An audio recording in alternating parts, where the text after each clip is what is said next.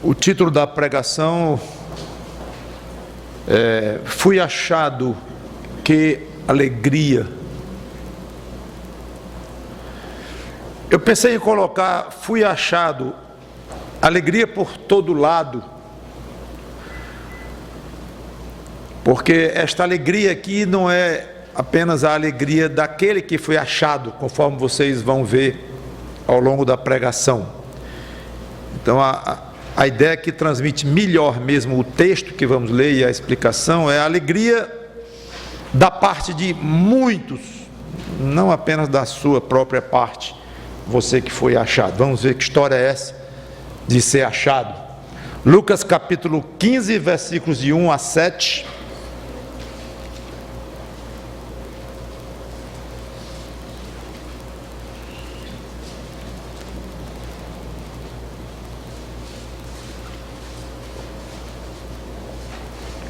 Lucas 15, de 1 a 7.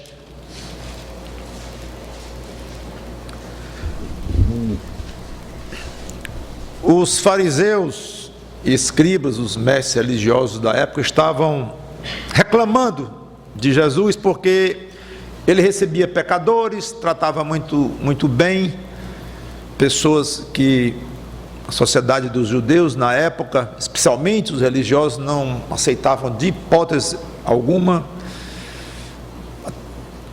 Publicanos eram cobradores de impostos e que estavam a serviço do Império Romano, que era o opressor lá em Israel.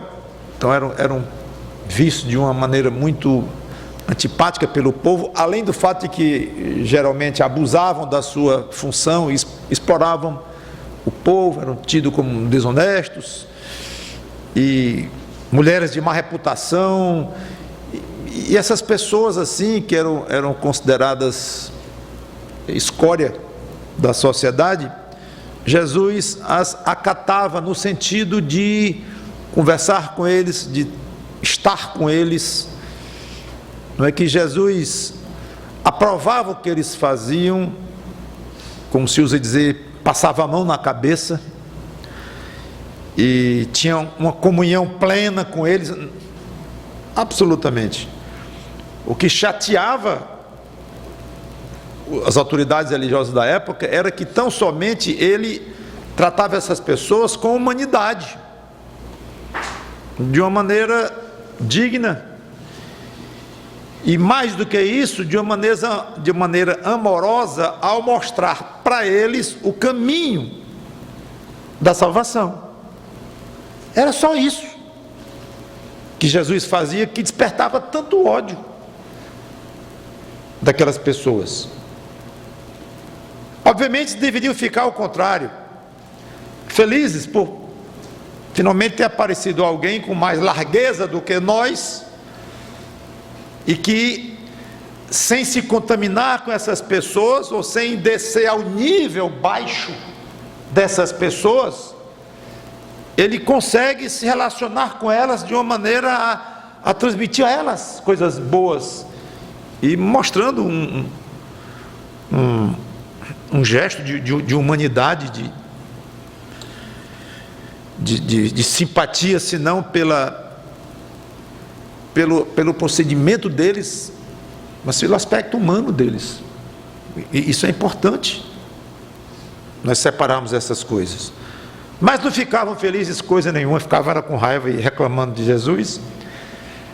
Então, para se defender, ele conta 3 parábolas, famosas parábolas da ovelha perdida, da moeda perdida e do filho pródigo. Eu preguei sobre o filho pródigo há pouco tempo aqui, e hoje eu quero concentrar na parábola da ovelha perdida.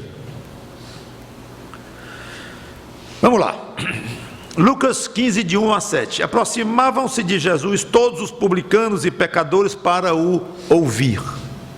Vejam que eles chegavam para perto de Jesus, atraídos por Jesus Cristo. E murmuravam os fariseus e os escribas, dizendo: este recebe pecadores e come com eles. Então lhes propôs Jesus desta parábola: qual dentre vós é o homem que, possuindo 100 ovelhas e perdendo uma delas, não deixa no deserto as 99 e vai em busca da que se perdeu até encontrá-la. Achando-a, põe-na sobre os ombros, cheio de júbilo.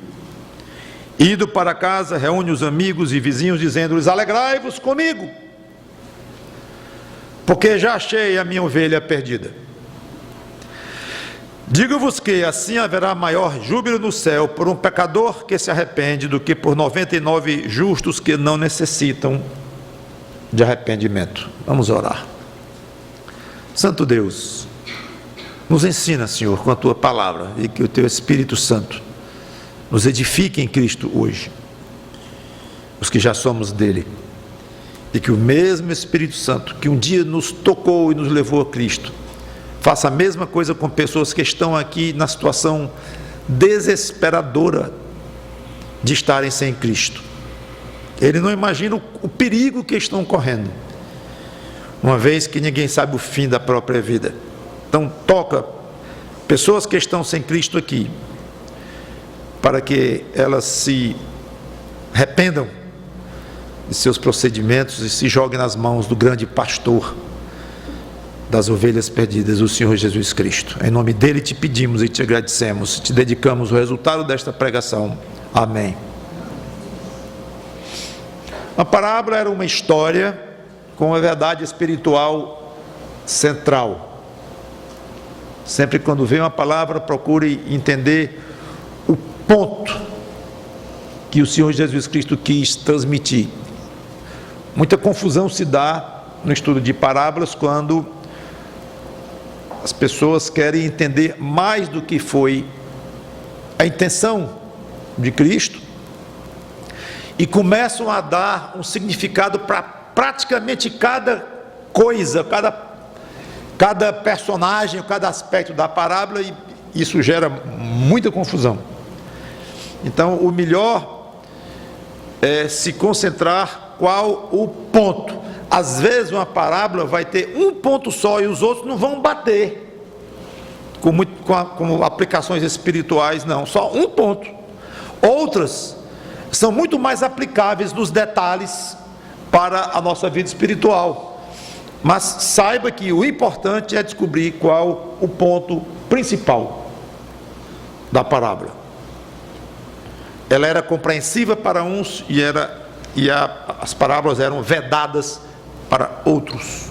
Os de coração duro muitas vezes se endureciam ainda mais, e aqueles que tinham uma certa abertura para Deus, ou que Deus havia decidido dessa forma, ou pelo menos não eram caracterizados como de uma rebeldia muito forte, agressiva contra Deus, Deus dava o privilégio das pessoas entenderem as parábolas. Mas é curioso esse aspecto. Isaías havia dito isso 700 anos antes de Cristo ou mais, dizendo que aqueles que endurecem os corações para com Deus, Deus, a partir de um ponto, endurece mais ainda e fecha aquele coração. Cuidado com isto.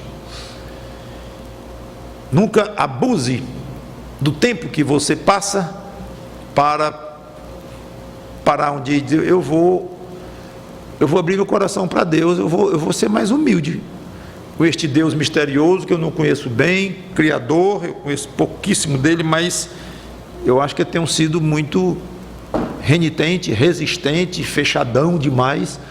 Não abuse disto. Qualquer dia eu prego sobre este assunto, que é difícil de explicar, porque entra muito a soberania de Deus nisto.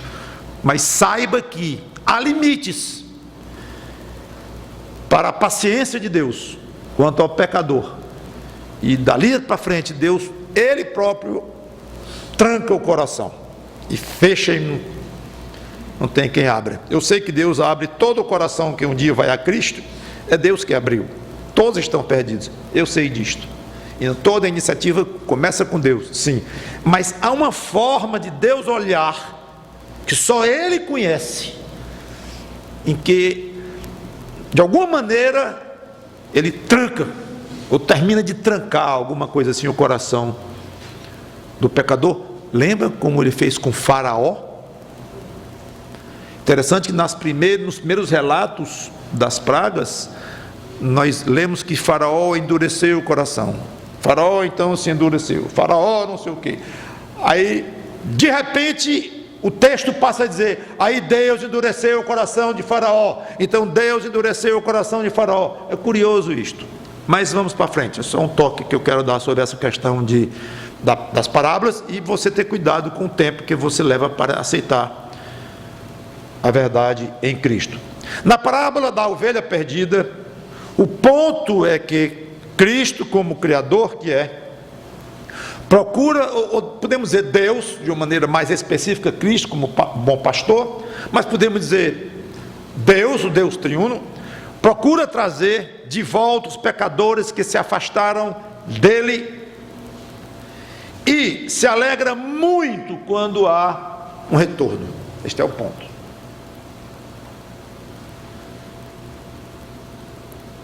Deus procura trazer de volta aquele que se afastou lá em Adão, na realidade todos nós, mas infelizmente nem todos retornam para Deus, nem todos ouvem a palavra e se deixam amolecer por ela. Mas quando isso acontece, há uma alegria enorme. Esse é o título aqui, foi achado que alegria. Versículo 4, então, começando a parábola, Cristo descreve um homem com 100 ovelhas. Uma se perde. Qual é a reação natural do pastor, do homem que perdeu? Buscar a perdida, mesmo que para isso ele precise deixar por algum tempo as 99. Isso não significa, e aí começa o problema muitas vezes de ver cada ponto na parábola e querer aplicar em cada ponto espiritual e dá problema. Por exemplo, não significa que a maioria dos homens já voltou para Deus e de vez em quando alguém se perde. Não, são 100 ovelhas, 99 ficam e uma se perdeu, ele vai e pega. Então quer dizer que a humanidade todinha já está com Cristo, aí de vez em quando se perde, ele vai e traz para cá. Se você for aplicar a parábola por aí, já vai dar errado. Não é o caso. Toda a humanidade está perdida em Adão, passou a ser perdida em Adão.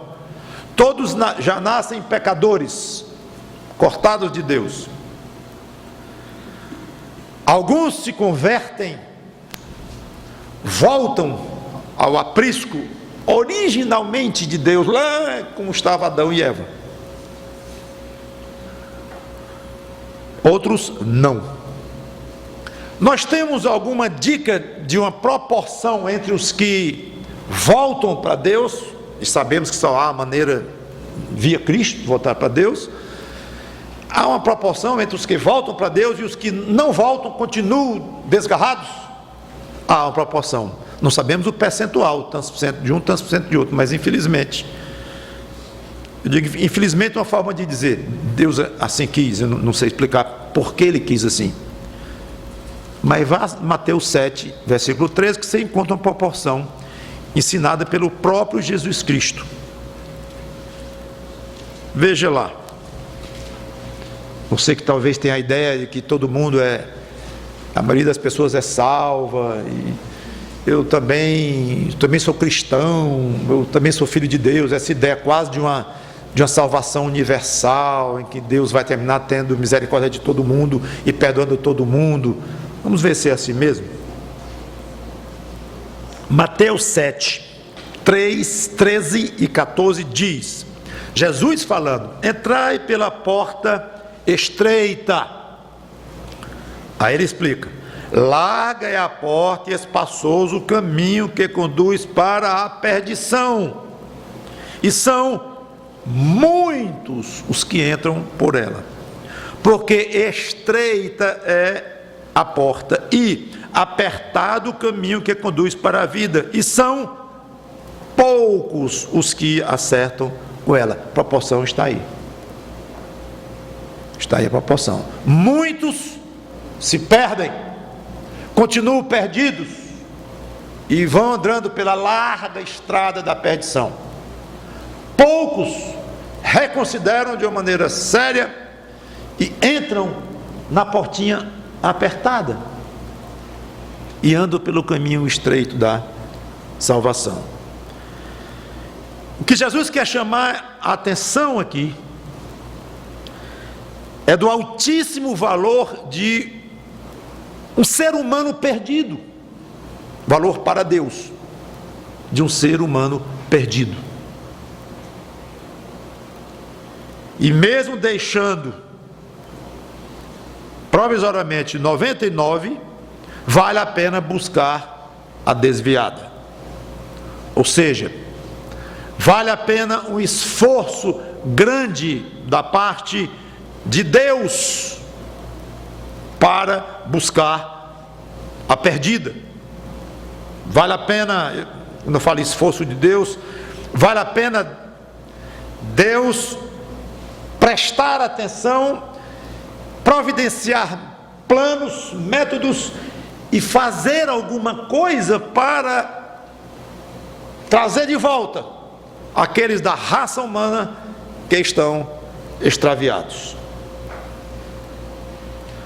Da parte do pastor humano, a busca é penosa para buscar aquela ovelha perdida. Primeiro, porque está perdida. Toda busca de alguma coisa perdida é penosa. Onde é que eu deixei a minha caneta? Você sabe disso, todo mundo sabe. Onde é que está a minha carteira? Onde é que está a chave do carro? É penoso. Vai na gaveta, vai no lugar onde coloca a chave, vai aqui, vai ali, procura no bolso das calças, procura ali, vai acolá. É penoso, uma busca qualquer de uma coisa que você perdeu. E será que eu deixei, foi lá no escritório, lá na minha empresa, onde eu trabalho, você nem está aqui em casa. É terrível buscar uma coisa que se perdeu. No caso de uma ovelha, ela se perdeu em que tipo de terreno? Ela está na beira de um penhasco,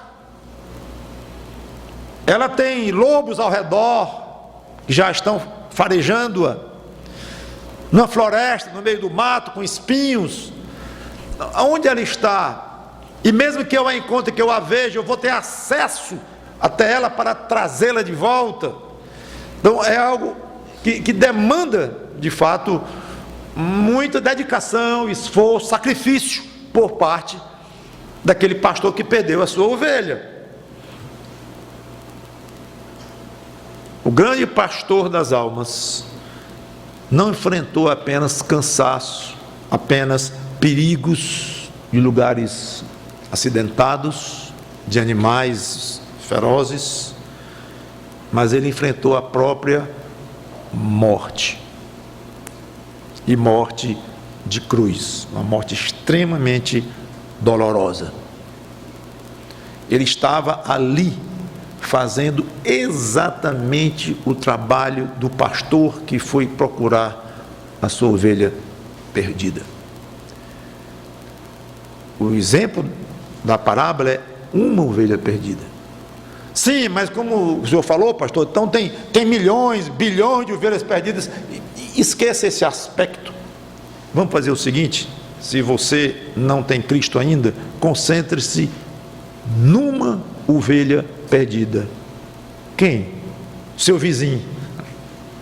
Não, você próprio. Esqueça os milhões, esqueça os bilhões de seres humanos. Cada um tem uma vida, cada um foi criado por Deus. Lá em Salmo 139, né? Deus conhece cada um no interior, ainda no ventre da mãe, e Ele fez Ele viu minha substância ainda informe, e me deu vida, e tudo Ele sabe de tudo.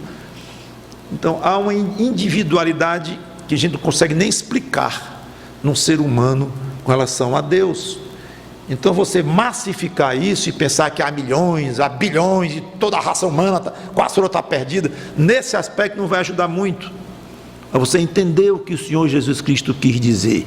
Ele particularizou para uma ovelha. Então se sinta como esta ovelha perdida, claro, se você ainda não foi achado. O fato é que ele enfrentou a morte para buscar a ovelha perdida. Versículo 5: o homem acha a sua ovelha e se alegra e vibra e se deleita, que encontrou a ovelhinha dele. Não sei quantos já passaram aqui, vocês que são pais, pela angústia de perder um filho em algum lugar público. Eu e Sandra passamos por isso com o Tiago no Iguatemi. Ele desapareceu mesmo, e minutos pareceram horas achar esse menino. Muito, muito ruim, angustiante. Até que finalmente conseguimos encontrar. Ele estava numa boa, não era, Sandra? Tranquilo, satisfeito. Que infelizmente muitas vezes as ovelhas se sentem tão tranquilas que acabam morrendo daquela forma e vão para o inferno. Mas não vamos aplicar tudo como eu falei. Estou falando da alegria que dá ao encontrar alguém querido de novo. Uma ovelha perdida, obviamente, ela estará fraca, talvez ferida por algum animal, ou por percalços mesmo do terreno, queda que levou, enganchada nos espinhos, sem comer já há algum tempo, sem beber, bastante enfraquecida, e ela muito provavelmente vai ter que ser carregada. E ele fala aqui que ele a leva nos ombros. Então o pastor da história fica muito alegre, mesmo sabendo que vai ter que carregar aquela ovelha nas costas até chegar lá. E quando chegar lá com as outras 99, ele vai ter que cuidar. Talvez ela tenha algum ferimento mortal, não sei. Vai ter que tratar, curar, tentar sará-la, alimentá-la de uma maneira diferente das outras, dar água aos poucos, assim ela morre, ou se der comida demais de uma vez, ela não vai aguentar. Tem toda uma metodologia de tratar uma ovelha doente, fraca.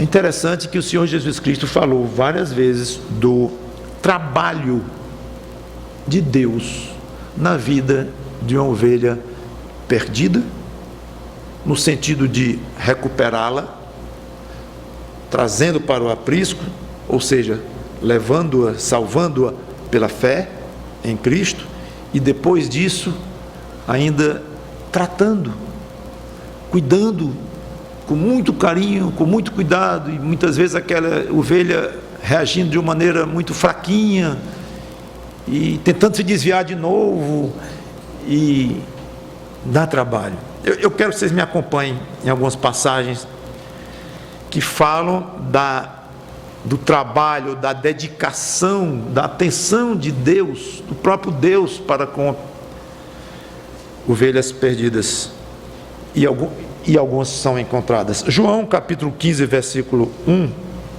logo no começo vai falar primeiro no trabalho do Pai. Eu não vou discorrer sobre o trabalho em questão aqui, explicar detalhadamente, mas fica muito óbvio que há um trabalho específico do Pai, Deus Pai, nas ovelhas de Cristo. Eu sou a videira verdadeira, Cristo falando, e meu Pai é agricultor. Todo ramo que estando em mim não der fruto, ele, o Pai, o corta, e todo o que dá fruto, ele limpa, para que produza mais fruto ainda. Então, não vou explicar esse trabalho do Pai na vida de um discípulo de Cristo, o que é cortar do ramo, o que é limpar, não vou. Apenas estou mostrando. Cristo nos ensinou que o Pai trabalha diretamente na vida de pessoas com relação à preservação dessas pessoas em Cristo. Curiosamente, ele fala agora do trabalho dele próprio, Cristo, nos versículos 3 a 5. Vós já estáis limpos pela palavra que eu vos tenho falado. Agora Cristo entra em cena, trabalhando na vida dos seus discípulos, lutando para recuperá-los, para edificá-los. Permanecei em mim, e eu permanecerei em vós. Como não pode o ramo produzir fruto de si mesmo, se não permanecer na videira, assim nem vós o podeis dar, se não permaneceis em mim. Eu sou a videira, vós os ramos. Quem permanece em mim e eu nele, esse dá muito fruto, porque sem mim nada podeis fazer. O trabalho do Pai Celeste, o trabalho do Filho e o trabalho do Espírito Santo. Entre muitas passagens, eu vou citar apenas 2 Tessalonicenses capítulo 2, versículo 13. 2 Tessalonicenses capítulo 2, versículo 13. Entretanto, devemos sempre dar graças a Deus por vós, irmãos amados pelo Senhor, porque Deus vos escolheu desde o princípio para a salvação, pela santificação do Espírito e fé na verdade. Essa expressão, santificação do Espírito, resume o trabalho que o Espírito Santo tem na vida de alguém que volta ao aprisco de Deus, que se confessa pecador, se arrepende e volta aos braços de Cristo, e o Espírito Santo vem habitar naquela vida. E o trabalho que o Espírito Santo tem pode ser resumido como o trabalho da santificação. E antes disso, o trabalho do convencimento da pessoa quanto ao pecado.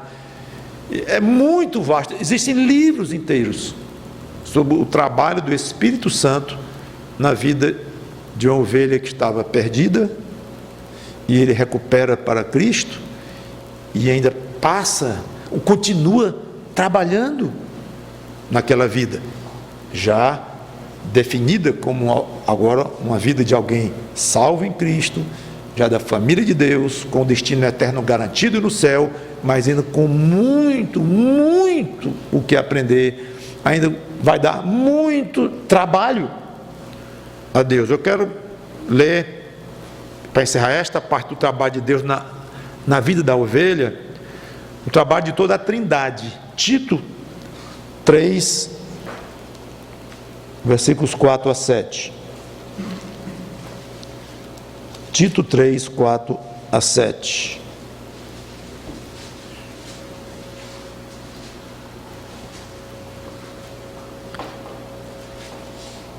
Quando, porém, se manifestou a benignidade de Deus Pai, nosso Salvador, e o seu amor para com todos, não por obras de justiça praticadas por nós, mas segundo a sua misericórdia do Pai, Ele nos salvou mediante o lavar regenerador e renovador do Espírito Santo, terceira pessoa da Trindade,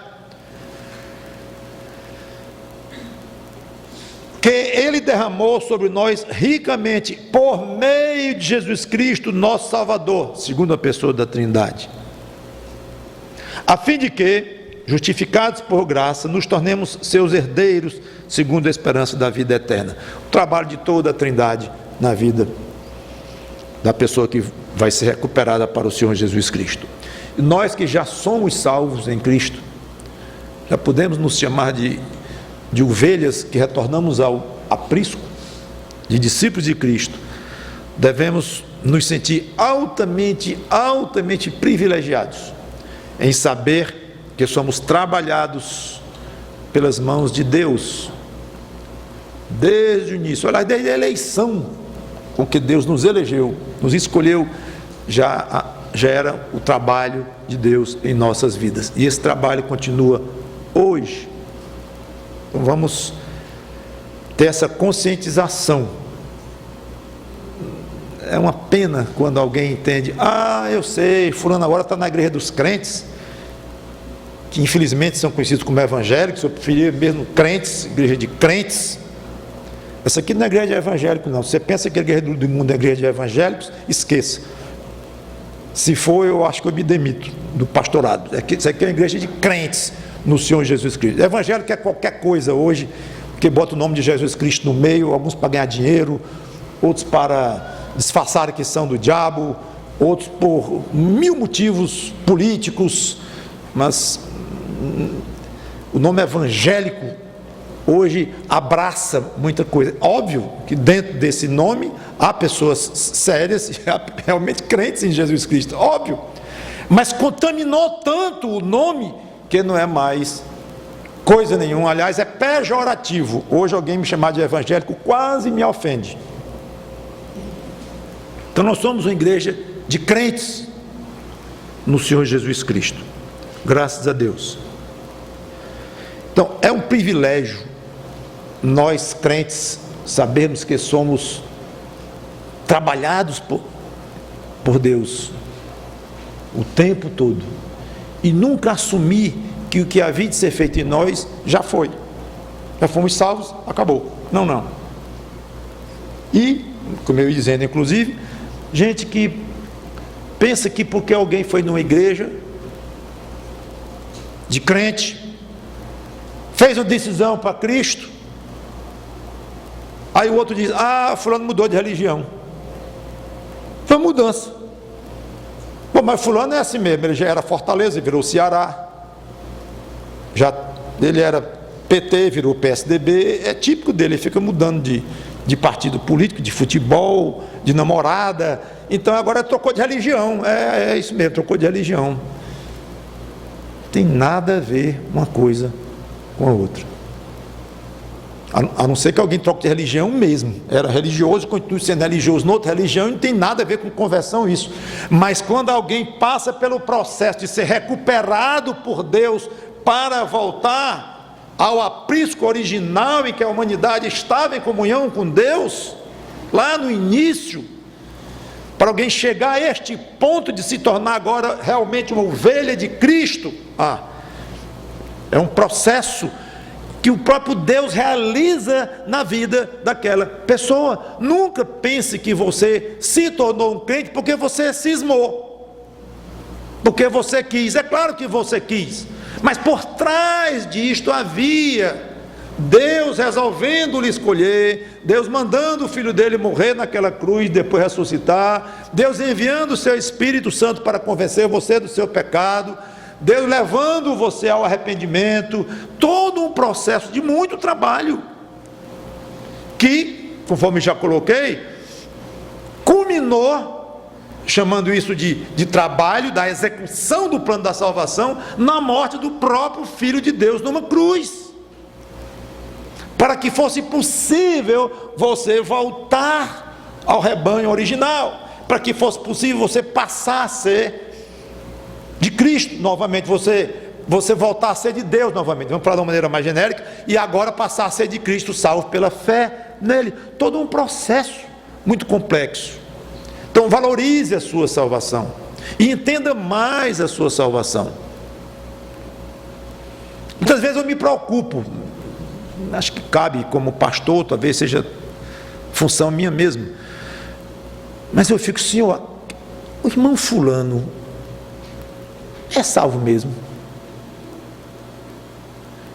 Senhor, aquela irmãzinha querida lá da igreja, mas não sei não, parece uma apatia tão grande, parece que não entende bem as coisas espirituais, é assim uma mesmice, entra ano e sai ano. Senhor, ela é salva mesmo? Agora não pense que Deus diz para mim é ou não é, eu não sei. E nem pense que eu tenho uma responsabilidade como pastor de chegar a uma conclusão e dizer é ou dizer não é. Não tenho. A minha responsabilidade como pastor é cuidar do rebanho de Cristo, não o meu rebanho, que eu não tenho nenhuma ovelha, eu sou uma ovelha dele, mas a responsabilidade é cuidar, conversar com os oficiais da igreja, depois com a própria igreja, no caso de uma necessidade de uma correção séria no rumo de uma ovelha deste aprisco, talvez além de advertências, uma disciplina, mas nada disso está definindo a pessoa como tendo o estado de salva ou não. Nós não temos esse poder. Nós podemos ligar ou desligar a relação, a comunhão, a ligação entre a pessoa e a igreja, uma ligação eclesiástica, tudo isso, mas determinar o que passa no coração da pessoa e sobre a alma dela, não. Mas o que eu quero dizer com isso é que preocupa às vezes, quando a gente olha o rebanho de Cristo, humanamente confiado a nós, e eu olho assim e digo: não sei não, sei não. Mas tem uns que só em lembrar o coração bate mais rápido. Coisa gostosa ver aquela conversão, que coisa linda, aquele irmão, aquela irmã entrou na vida cristã de uma maneira tão bonita e até hoje já tem 10 anos de crente, ou 15, ou 20, ou 30 e leva o cristianismo de uma maneira tão séria e leva a sua participação na igreja, o trabalho por Cristo, o serviço a Cristo. Ele entendeu, aí dá um prazer, é muito gostoso o pastor olhar para um crente ou uma crente e dizer assim: esse voltou para o rebanho, cheio de falhas, como eu sou, todos somos, não é um assunto, pecamos ainda, desagradamos a Deus, mil problemas ainda nós temos, mas não é um assunto, é o que emite, em termos de ter entendido e de ter alguma coisa, parece ter alguma coisa quente ali dentro daquele coração, ou não ter. Versículo 6. Jesus não achou suficiente apenas dizer que o homem se encheu de júbilo. O homem encontrou a ovelha dele, ficou muito feliz, colocou nos ombros e levou lá para o restante do aprisco. Não, foi pouco. O homem não se controlou. A alegria dele é tão grande que não dava para conter sozinho aquela alegria. Não, foi para casa, reuniu os amigos e disse aqui, e os vizinhos, duas classes de pessoas diferentes, os amigos, achou poucos amigos e ainda chamou os vizinhos. Agora vocês vêm se alegrar comigo. Deu alguma recepção lá, deu algum tipo de festinha ou encontro, eu não sei, mas haja alegria naquele pastor que encontrou uma. Ele tinha 99, era um rebanho considerável. E dessa vez ele não se alegrou só, os amigos se alegraram com ele, claro. Versículo 7, o próprio Jesus aqui no final da parábola faz a aplicação. A ovelha perdida simboliza um pecador perdido que se arrepende. Voltemos então a Lucas 15, no versículo 7, eu quero ler a conclusão dele. Lucas 15, 7, digo-vos assim, que haverá maior júbilo no céu por um pecador que se arrepende, ou seja, a ovelha perdida era um pecador que precisava de arrependimento, agora ele aplica a verdade central do que ele quer dizer, do que por 99 justos que não necessitam de arrependimento. Então a ovelha perdida simboliza claramente um pecador arrependido que se arrepende.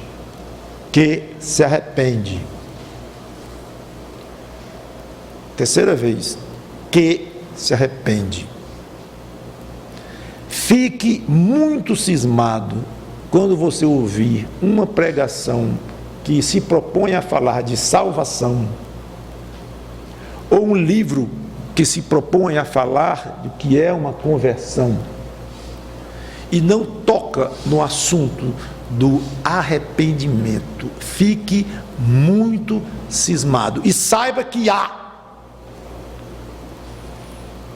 não fala, praticamente não fala, não joga a menor atenção para isto. Há um livro que foi vendido em mais de 15 milhões de unidades nos Estados Unidos, Igreja com Propósitos, alguns anos atrás, famosíssimo, entrou no Brasil aqui, entrou em vários países, um sucesso estrondoso. Esse livro praticamente não fala em arrependimento, ou não fala de jeito nenhum. Eu confesso que eu tentei lê-lo, fui até a metade, não suportei. O evangelho estava tão deformado que eu não consegui ler mais. A fraqueza minha, devia ter ido até o fim, procurando com a caneta na mão a palavra arrependimento, ou mesmo a ideia do arrependimento, canetinha lá esperando. Infelizmente a caneta não foi usada. Depois eu li resenhas sérias sobre este livro, em cima, mesmo comentário, inclusive John MacArthur, mesmo comentário, não fala em arrependimento. É um assunto que passa longe. O evangelho sem arrependimento não é evangelho. Vocês querem saber como é que João Batista começou a pregação dele? Vá comigo a Mateus capítulo 3, versículo 2. Mateus capítulo 3, versículo 2.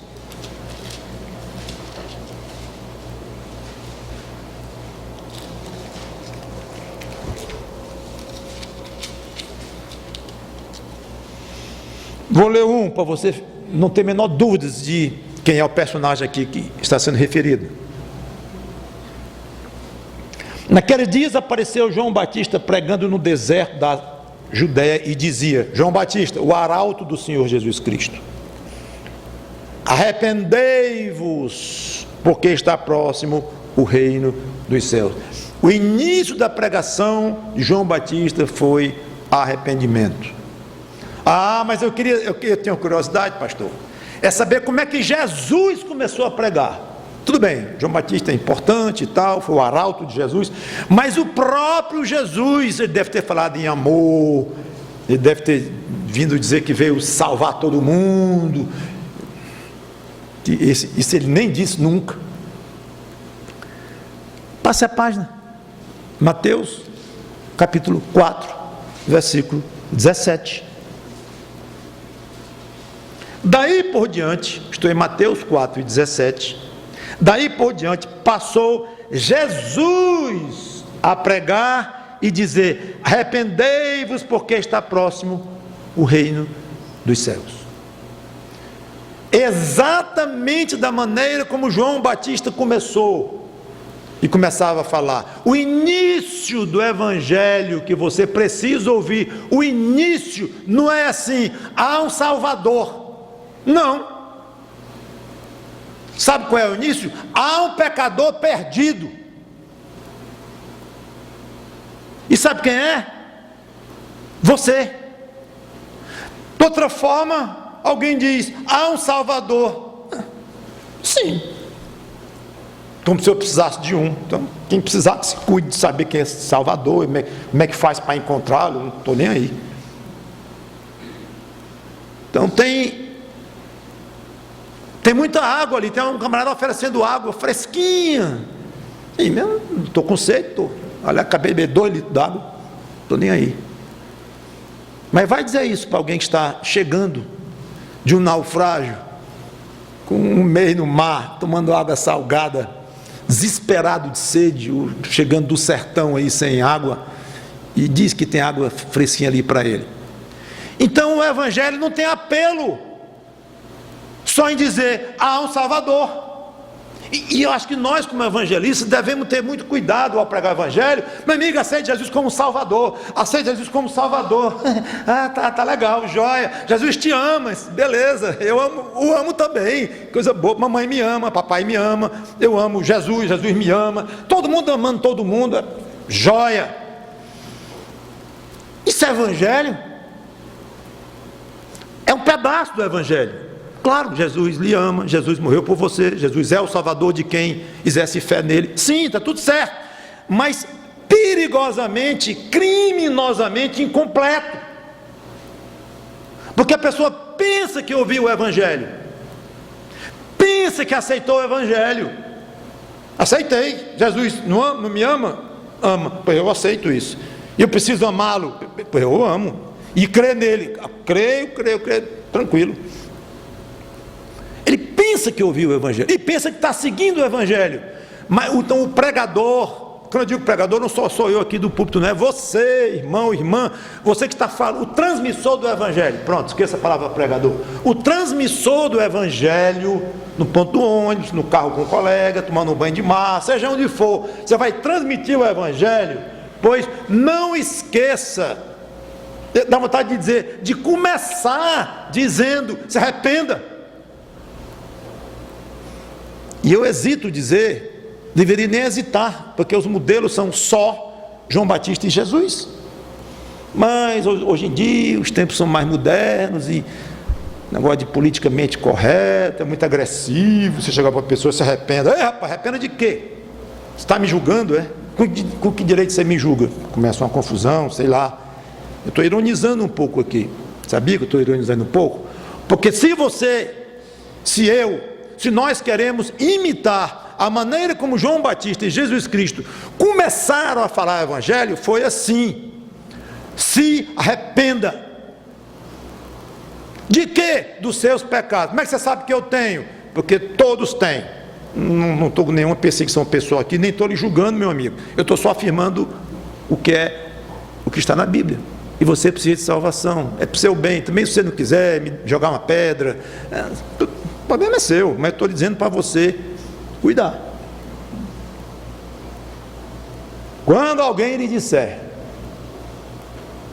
aceitei Jesus, eu remodo, né? Aceitei Jesus, oh, coisa boa, que maravilha. E me fala aí do seu arrependimento. De quê? Arrependimento. Não, me arrependi muito quando não comprei o carro tal, comprei o outro que é ruim, aquele carro. Não, arrependimento na sua conversão. Você não disse que aceitou Jesus? Não, eu fui na igreja, o pastor fez uma palavra bonita lá, levantei minha mão, aliás tinha 4 irmãos ao meu lado, cada um levantou um braço, me arrastaram lá para frente, aí eu virei evangélico, aceitei Jesus. Milhões assim hoje, meus irmãos, tem milhões, vocês podem acreditar, há milhões de pessoas assim hoje, que não tem a menor noção do que é aceitar o evangelho, que você vai perguntar sobre o arrependimento dele, ele não vai entender. Pois pergunte: que bom que você aceitou Jesus. Beleza, agora me diga uma coisa, fale do seu arrependimento. Aí ele fala e conta, ótimo, beleza. Ninguém vai reconhecer Jesus como Salvador se não aceitar a si próprio como pecador perdido antes. Nunca esqueça isso. Vamos para frente, eu quero acelerar. Jesus então aplica o ponto central da parábola, que é alegria por alguém que se arrepende, como ele diz. Alegria por alguém que se arrepende. E não alegria no céu que ele se refere. Não quer dizer que não exista no céu, mas na terra. Não na terra. Não quer dizer que não exista alegria na terra por alguém que se arrepende. Mas ele fala de alegria no céu. Há mais alegria no céu por um pecador que se arrepende do que por 99 justos que não precisam de arrependimento. Alegria de quem? É interessante isto. Na mesma passagem em Lucas 15, eu disse que Jesus falou 3 parábolas para se justificar diante dos seus críticos, que ele estava recebendo pecadores e publicanos e tal, e que a parábola da ovelha perdida, depois da moeda, da dracma perdida, e depois do filho pródigo. Nessa do filho pródigo, é fácil notar que o pai dos 2 filhos, na realidade são 2 filhos, o pai é Deus, a aplicação daquele pai. Mas eu quero ler um versículo só. Quando o filho volta, versículo 32, o pai explicando para o outro filho que ficou zangado, porque o pai se alegrou e mandou matar o melhor ovelha para poder servir um banquete para o filho e tal, e ele não explica para o filho zangado, o outro: entretanto era preciso que nos alegrássemos, o pai falando, e nos alegrássemos porque esse teu irmão estava morto e reviveu, estava perdido e foi achado. Então o que eu quero dizer com isso? O próprio Deus se alegra quando um pecador se arrepende. Um dos motivos disto é que a restauração de um arrependido tem como base, como já falei, o sacrifício e a morte de Cristo. O pai se alegra em ver que tanto sofrimento da parte do seu filho e dele próprio, do pai, obviamente, em ver o filho sofrendo daquela forma, valeu a pena, porque um pecador se arrependeu com base no sangue de Cristo, exerceu fé em Cristo, e aquela fé, por causa do sangue de Cristo, que agora limpa os pecados de quem se arrependeu, agora esse pecador está agora perdoado. É interessante que não apenas o Pai se alegra, mas fala que o próprio Jesus Cristo se alegra. Hebreus 12, 2. Deixe-me lá rapidamente. Hebreus 12 e 2. Já cheguei e vou ler rápido. Olhando firmemente para o autor e consumador da fé, Jesus, o qual, em troca da alegria, olha só, o qual, falando de Jesus, em torno da alegria que ele estava proposta, suportou a cruz, não fazendo caso da ignomínia. Ignomínia é vergonha, da vergonha, do constrangimento, não fazendo caso disso, está sentado à destra do trono de Deus. Bonito isto, alegria de Cristo, quando vê o resultado da sua alma. Não vou ler, mas está lá em Isaías 53, 10 e 11, quem quiser anote, ou depois veja no site, no texto, vou colocar. Isaías 53, 10 e 11 também fala da alegria que o Messias teve, vendo o resultado do penoso trabalho da sua alma. Mas a alegria não é apenas de Deus. Todos no céu se alegram, inclusive os anjos se alegram, e os redimidos. Não vou ler, mas está em Apocalipse 5, 9 e 10, e em várias outras passagens do Apocalipse, os redimidos cantando alegremente e vibrando, porque de toda raça, tribo, língua, nação, pessoas foram salvas pelo Cordeiro. É evidente uma alegria tremenda, um gozo enorme naqueles cânticos. Não precisa dizer, eles estavam cantando alegremente, dispensa, porque é óbvio demais. Alegria do Pai, alegria do Filho, o Espírito Santo. Paulo diz, não entristeçais o Espírito Santo. Ou seja, o normal na vida de um crente fiel é que o Espírito Santo esteja o quê? Alegre. Alegria de Deus, alegria dos anjos, alegria dos redimidos, quando um pecador se arrepende. Não esqueça que Jesus Cristo disse que uma alma vale mais do que o mundo inteiro. É por isso. É porque é valiosa demais uma alma. Pena que nós temos tantas almas ao redor, tantas pessoas, e o mundo aumentando, já vai em 7 bilhões, que nós temos a tendência de desvalorizar as pessoas. Tem muita gente ao lado da outra, e muitos pecadores, faz irritar uns aos outros, e fica com raiva das pessoas. Mas cuidado com isto. O valor de uma alma é inestimável aos olhos de Deus. Então já pensou você ter causado tanta alegria no céu, quando você se converteu? Isso ultrapassa o nosso entendimento. Vai parecer estranho você chegar amanhã no seu trabalho, na faculdade, rapaz, eu vi uma pregação ontem, joia, o que foi? É que lá no céu houve uma alegria enorme por minha causa. Como é? No céu houve uma alegria por tua causa. Engraçadinho ele, né? Onde é que vem tanta arrogância? Ou está ficando maluco? Ou pirou. No céu houve alegria real por tua causa. Houve. Aí houve. E você nem é pirado, nem é louco, né? Você é um crente em Jesus Cristo, que crê na palavra de Deus, que ele afirma. É porque isso ultrapassa a nossa imaginação, nosso conhecimento. Agora uma pergunta que talvez não queira calar na sua mente. Vem cá, e os 99 justos não dão alegria no céu, não? Coitados. Tem mais alegria que se arrepende do que 99 justos que estão lá encostados num cantinho qualquer do céu. Não, claro que não é assim. É que o impacto de uma conversão, o impacto de um pecador condenado ao inferno voltar para os rebanhos do Senhor e se tornar um filho de Deus, o impacto é tão grande que gera uma alegria muito forte, que se destaca da alegria cotidiana que há no céu. Por exemplo, um jantar de família, um almoço de família. Por exemplo, chega um, chega outro, aí está todo mundo ali satisfeito, com os parentes, irmãos e pais e tios e tal. Aí chega um, meio atrasado, mas chega. Aí todo mundo, chegou, faz uma festa. Mas os que já estão lá não são queridos? Não são, tão queridos quanto, mas o impacto naquele momento é exatamente isso que o Senhor Jesus Cristo quis dizer. A entrada daquela pessoa no céu gera uma alegria de uma intensidade muito alta.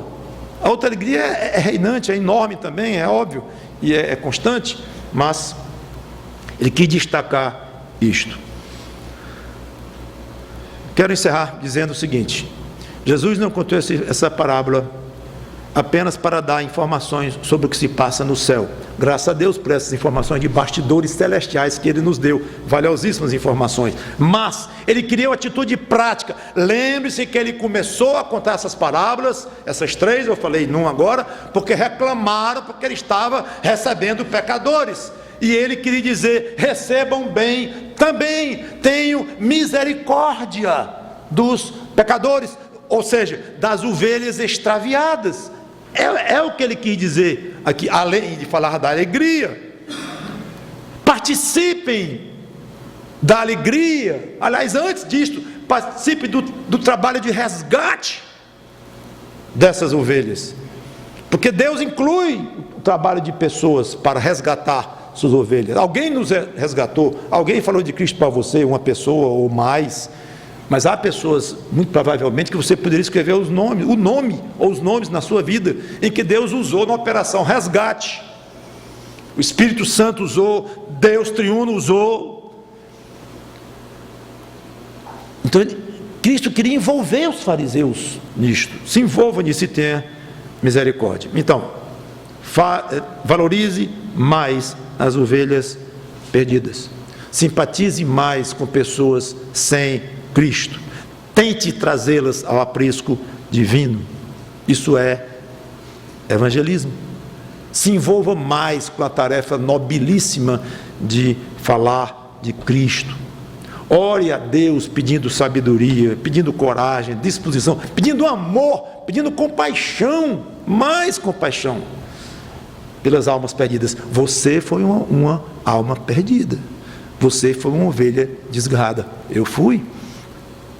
E com a graça de Deus, Ele utilizou pessoas que nos tiraram de lá, obviamente com o poder de Deus. E eu quero lembrar que não é só no céu que há alegria quando alguém se converte. Claro, aqui na terra nós também temos direito de nos alegrarmos. Quando alguém se converte entre nós, há uma grande alegria. Quando alguém se converte numa casa, numa residência, um marido que não tem Cristo, uma esposa que não tem Cristo, um amigo que não tem Cristo, uma amiga que não tem Cristo, você deve saber, você deve ter passado por experiências assim, espero que sim, eu já, de pessoas que voltam para Cristo, vão aos pés de Cristo e se tornam filhos de Deus. Há uma alegria muito grande. Vamos pedir a Deus por mais desta alegria entre nós. E você, sem Cristo, arrependa-se dos seus pecados, aceite o trabalho de resgate que Deus quer fazer com você, através da palavra dEle, através de pessoas falando para você. Tenha humildade, se arrependa, peça perdão e se joga nos ombros de Cristo, para Ele levar para a casa dEle, para o lar celestial. E enquanto isso aqui na terra, cuidar de você, enviando o Espírito dEle para habitar em você, Ele santificando dia após dia, e o carinho da parte de Deus para uma ovelha que volta para o aprisco. Vamos orar. Obrigado, Senhor Deus, pela Tua palavra. Não temos condições de expressar nossa alegria, o agradecimento, porque Tu nos salvaste. Salvaste primeiramente a cada um de nós, cada um sabe o próprio coração e cada um sabe a grande alegria que teve ao ser salvo. E também olhando ao redor, vemos os parentes, amigos e pessoas que a gente nem conhece bem, ou quase de jeito nenhum, quando numa igreja alguém se entrega a Cristo, mas a alegria é grande, ela contagia. Obrigado por estas alegrias, dá-nos mais desta alegria, Senhor, e dá-nos mais compaixão para levar essas pessoas a Cristo.